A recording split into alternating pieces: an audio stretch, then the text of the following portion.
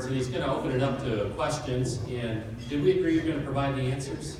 Okay. All right, I will double check that. It's my pleasure to introduce Sheriff Bill Elder. He is the elected 28th Sheriff of El Paso County, elected in November 2014. Welcome, Sheriff Elder.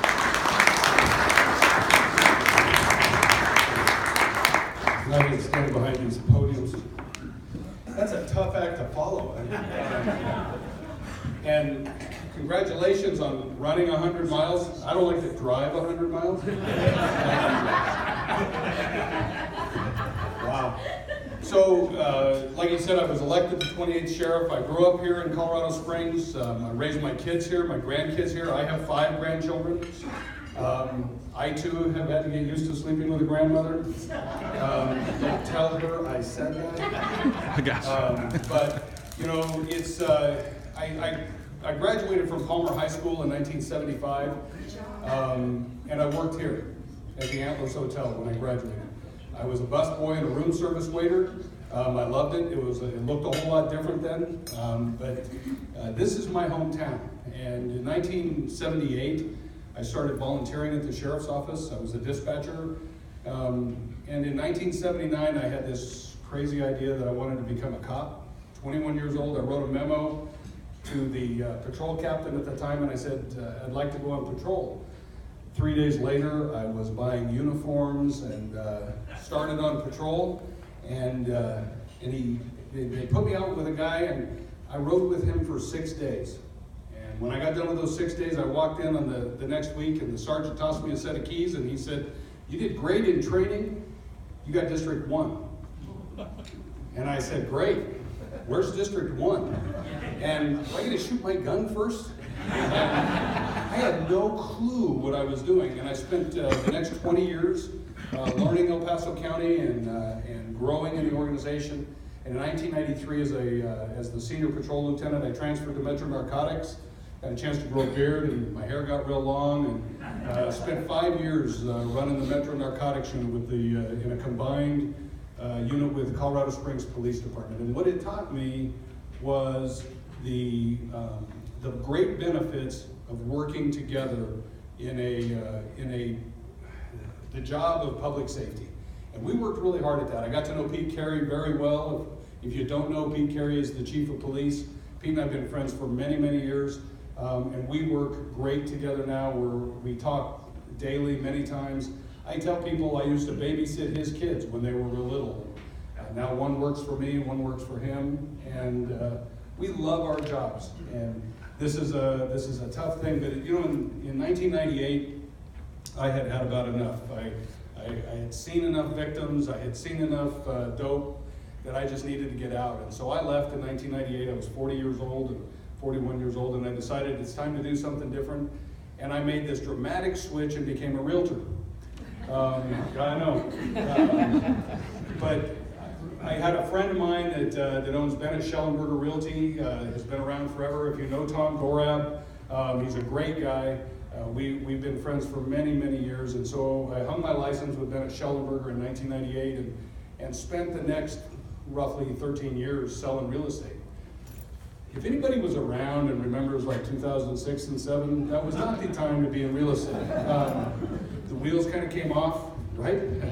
The wheels came off, things got real interesting, and so I took a job as the Deputy Chief of Police in Fountain, and I watched what was going on in my community, because I can tell you when I left in 1998, I had had enough. I sold everything. I didn't even own a gun. I got rid of everything. And, when I went back into law enforcement, I looked at the things that were going on. And if you've been around for any length of time, we were talking a little bit ago about whether or not Rodney was here during the transition. That was an interesting couple of years, and I just decided, you know, after 20 years of spending time at the El Paso County Sheriff's Office, I needed to go back and fix my house. And so I decided to run for sheriff. And not on my bucket list. I'm still not sure it's on my bucket list, but at this point I just need to hang on. And you know, it's been interesting. First, I got sworn into office January 1st of 2015. And it has been a really interesting ride. I'm sure you followed it. We've We've been in the paper a lot less, and when we're in the paper for usually good things. A lot of people read the paper this morning, and you see that I've issued commissions to every sworn law enforcement officer in El Paso County. We've got a little over 1,000 commissions out. We're still working on a few more. And what that does is it builds a camaraderie in our community that we haven't seen for many years. Back in the mid-90s under Sheriff Bernie Berry, we used to do that a lot, and it created a lot of friendships. The other thing it does is it creates community, and that's the important thing for me, is that I find ways to make our community safe.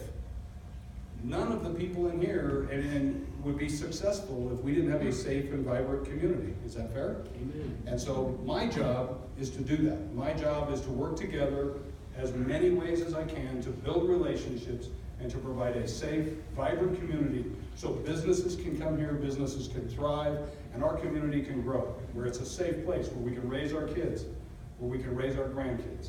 And that's my whole goal. And the other thing I want to do is I want to work together with these other agencies to duplicate or to eliminate the duplication of services. We're working now on a new records management system that is held together at CSPD, but everybody joins it. We joined it and saved roughly $800,000 from doing our own. We're building a mutual communication center. We're going to combine all of our dispatch centers into one. We think that can save our agencies $10 million by doing that. And so we're working really hard to put that together. You'll see some movement on that here pretty quick. But there's a lot of exciting things that we're working on. But the most important thing for me is changing the reputation that has been the last several years in this agency. And it's been tough. It's been tough because I've had to start inside the agency and fix those relationships inside the sheriff's office. I've had to go outside the sheriff's office, and I've had to work with other agencies that maybe didn't have much to do with the El Paso County Sheriff's Office for a number of years. I've had to build relationships with elected officials and with people in our community that control what we do at the legislature. Larry and I have been friends for many years. Our kids graduated high school together and grew up together. My younger son played soccer with his son-in-law. We've spent tons of time together, and I know, and this is just a little plug for Larry's race, I support Larry wholeheartedly. He's a great guy, and he gets what it means to have a relationship with elected officials. And so my whole point is that the harder that we work together, the easier our job really is. And so I'm excited about the future. We've got some tough challenges. A little bit about the sheriff's office. It's the largest sheriff's office in the state of Colorado. We have roughly 850 employees. 550 of them are sworn that work in the jail. The jail has 1,700 inmates. We run an average daily population of about 1,650 or so, and it's the largest jail in the state. I have about 170 deputies that work on the road or in special operations, in SWAT and stuff like that. It is a huge operation. So one of the challenges as we make changes is I can't please everybody. And people complain, people have various different ways of complaining, but it's been interesting. But it's been fun and fulfilling as well. It's hard to believe that the first year is already over. We're moving ahead. So with that, I'd like to take some questions because I know you all know. So fire away. Ma'am. Can you tell me, out of the 1,600 inmates that you have, how many have mental health issues and how many are in for drug use? So the question is, out of the 1,600 and some inmates, how many have mental health issues and how many are in for drug use? And on top of that, what kind of services are they getting? What kind of services? So I'll start kind of with the last question first. What kind of services? We have a contracted medical service. We hire a company that comes in and provides medical services to our facility, which includes mental health services and alcohol services. That's the first piece, and it's expensive. It's roughly $6 million a year for us to contract for medical health care in our facility. Roughly 40% of those have mental health issues. 40%. I would tell you that much closer to 80% today have drug or alcohol issues. It is a huge number. It's a huge part of our population, and it's the most difficult piece for us to resolve. The main reason is there's no public facility for mental health treatment in most communities. Unfortunately, the only way we deal with them is warehousing them, and they end up in county jail. We have a mental health court that we work with. It is quasi-effective, but a lot of the mental health issues, sadly to say, are veterans. And we have a significant number of veterans with PTSD or with head trauma issues that end up presenting in our facility. We have maybe one of the most proactive veterans trauma courts anywhere in the country. That Dan May and myself and Judge Shakes work together. It's a great project, but it's sad that so many veterans end up in there. Sir? Can you comment on what the capacity is down there and what you see this community needing in the next 10 or 15 years as far as facilities to house our inmates? The capacity of the jail? Yes. 1,700 beds. We run 16 to 1,650 today. But that capacity has changed. Over the last 4 years, it's gone from roughly 1,350 to 1,400 to 16 to 1,650 today. So it's grown. We are working on some different avenues to try and reduce recidivism by getting mental health treatment started early. And so what we find is, as someone's arrested and brought into jail, they start to fall off of the service level of Medicaid and others that are available. Mainly because there's legislation that if there's laws in place that if you're arrested and you are incarcerated in a county jail or a prison, you no longer qualify for Medicaid. Great idea. We want to save that tax roll. Downside is when they get released, they no longer are on Medicaid. So they get into the public, and if we've got them on a drug regimen that's kind of getting their mental health issues back in place or getting their drug and alcohol issues in place, once they leave our facility, they no longer qualify for Medicaid. So guess what? They're right back on the program. So what we've started is we started working with DHS, and we now register them for Medicaid within 3 days of their release.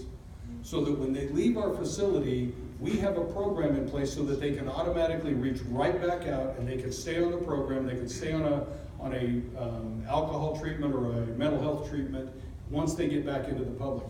And we've seen a dramatic drop in the number of those inmates coming back into our facility. So that's the first thing that we do. The second thing that we're doing is we're working hard to complete some legislation this year to allow us to write summonses on Class 5 and Class 6 felonies. Currently, a Class 5 or Class 6 felony requires you to be booked into county jail. A majority of those low-level felonies are nonviolent. There's some restrictions that we've placed on this legislation. And those nonviolent felons, if we can, like perhaps the gentleman that was just up here. Sorry, you were a Class 1 felon? Oh, you would not have qualified then. You would have had to wear the ankle bracelet. What we're trying to do is we're trying to get where we can issue them a summons or a promise to appear, and that will keep them out of the facility. And the benefit of that is, if they don't come into the facility and get stuck and have to post bond and they can get back out, they typically will stay employed, and they will typically continue to be breadwinners for their family and continue to provide, keep their homes and their jobs and everything else. I think that will help shut that down. We have roughly 100 or so inmates, based on our last look at it, that would have qualified for that program. Very low-level felony charges, and they may or may not be prosecuted. That's the thing. Most of our facility is pre-trial confinement. And so if you get arrested on a Class 6 felony, for instance, you're going to sit there until you post bond. If you can't post bond because you can't afford it, you'll sit there until you go to trial. Well, how many jobs wait that out? And then what happens if the DA's office doesn't file? And you're let back out. Now you don't have a job, and you've lost all of these other benefits, and you got to start all over. Eventually, you're right back into the facility. So we're trying to find ways to reduce the load on the facility. Future-wise, I think we're doing well. I think we've got our general fund budget, which is roughly $47 million, We have a public safety tax. That public safety tax funds a lot of what we do. But as these things increase, like our medical contract, we're out bidding it right now. We anticipate a $2 million increase in our medical contract. It's just unbelievable. Well, we will absorb that in our budget. We'll make adjustments and everything so that we can absorb that in the budget. But every time we do that, every time we add to our general fund required list, it takes away from our public safety tax list. So in 2020, when that public safety tax expires, we're going to have a whole lot of people balanced on that public safety tax. It's going to be an interesting process. I hope I'm here to fight for it. Sir. Two comments. I may have you beat on the training program. In 1957, I got a ticket in Carson City, Nevada, and I had $25. They took me right in. The fine was $15. I had a hot date that night, and I knew that was going out the window. I paid the fine. So I really argued with the guy. And finally I said, "This is a hell of a way to train a former Marine." He said, "You were in the Marine Corps?" I said, "Yeah." He said, "You want a job?" I said, "If you drop the ticket, I'll take the job." And so the next morning I started. So yeah.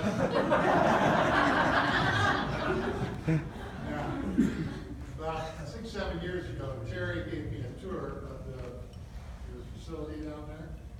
And he's explaining how he had to segregate everybody, put certain gang types and all this kind of thing. He was really crying the blues about not having enough space.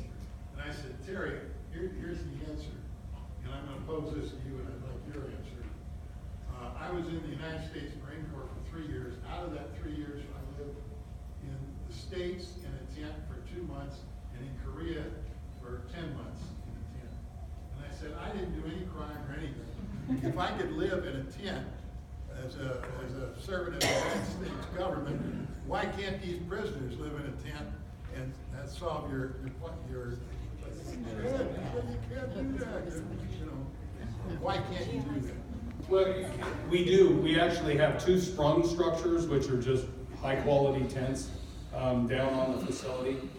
They house roughly 180 inmates in the 2 of them, and they are the less likely to create issue inmates. We're in the process of working out some details on what we think will become a regional communications evidence lab process, maybe over on the 300 South Union area. And if we put that together, it will free up a fairly large building down there that's a steel building. It's just a steel structure that right now holds our evidence. We will probably move that to become a minimum security unit. And so we could do the same thing. It's a steel tent is all it is. I agree. I've toured the facilities down in Maricopa County. It works really good in Maricopa County because when it's hot, they just take off clothes. It rarely gets cold enough down there that you have a problem. Here, where we can run weeks below 0, if we were to fill a tent where we would have climate control issues like that, I don't know what we do with them when we got below 0. We certainly couldn't leave them out there. But right now, the buildings that we have, the numbers of people that we have ways to bring them into the facility and house them inside without it being too big of a problem. But it's a good point. Sir? So there's a lot of media attention on hostile relationships between people in the community and law enforcement and vice versa. Is that an issue here? And if so, how are you dealing with that? I think it's an issue everywhere.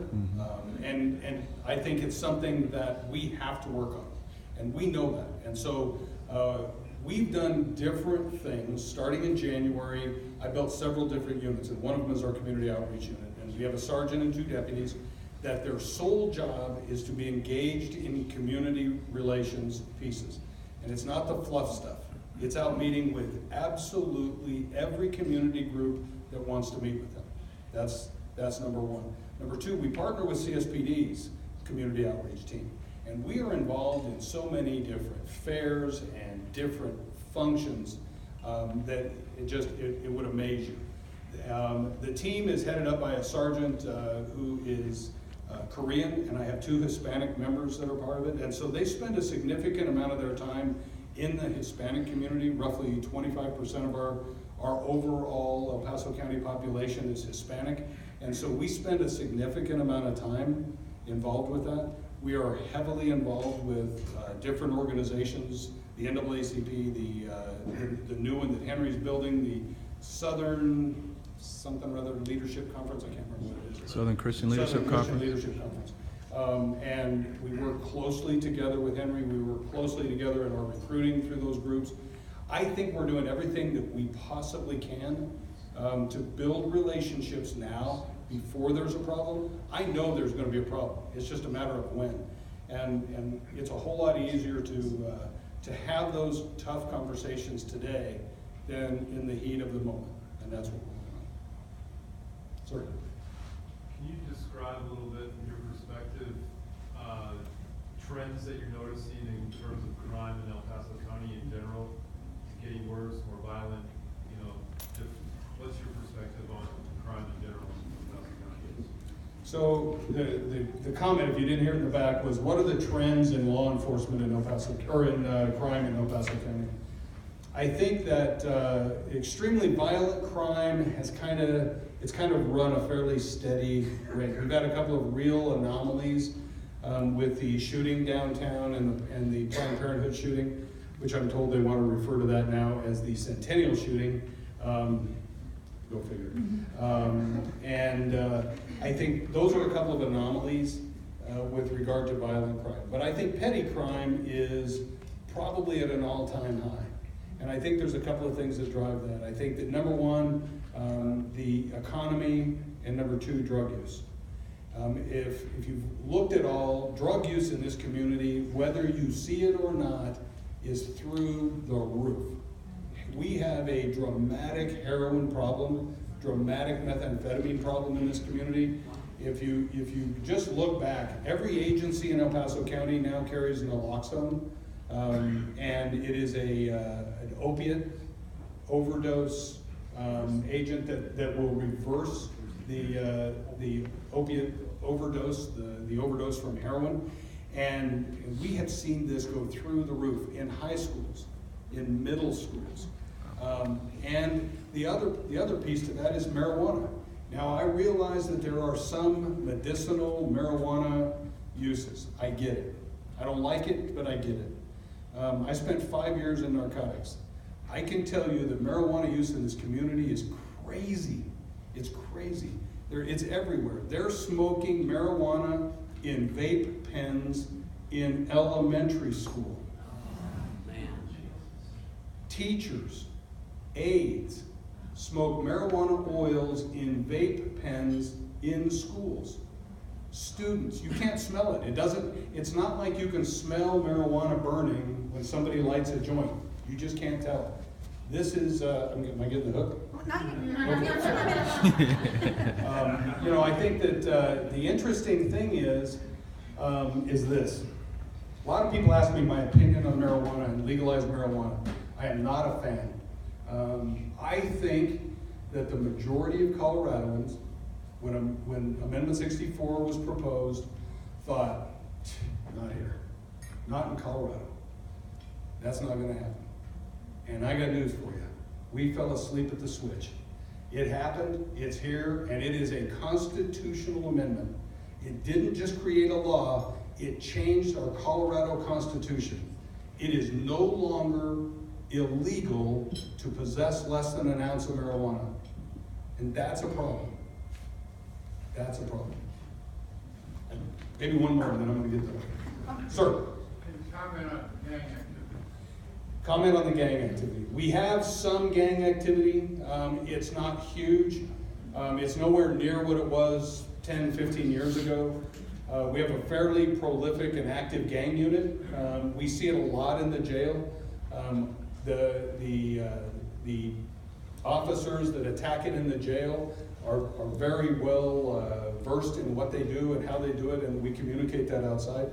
I don't think we've got a huge problem with gangs, and we've got them pretty well isolated and we know where they're at after. Okay? Thank you very much.